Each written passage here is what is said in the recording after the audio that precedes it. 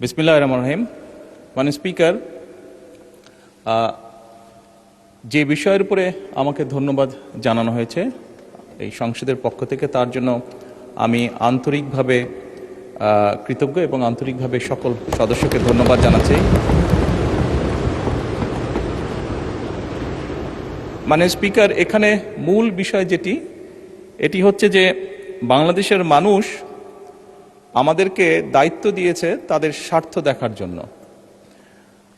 আমাদের দলের অবস্থান থেকে আমরা একটি স্লোগান ব্যবহার করি, সেটি হচ্ছে যে বাংলাদেশ ফার্স্ট বা বাংলাদেশ প্রথম।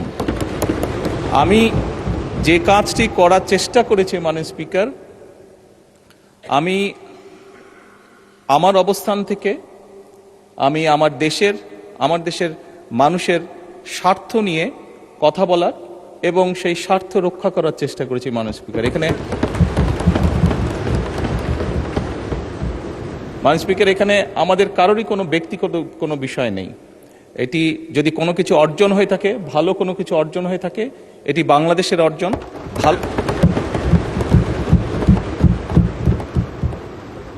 এই সফরের মাধ্যমে যদি দেশের মানুষের কোনো অর্জন হয়ে থাকে, সেটি এই দেশের মানুষের অর্জন মাননীয় স্পিকার।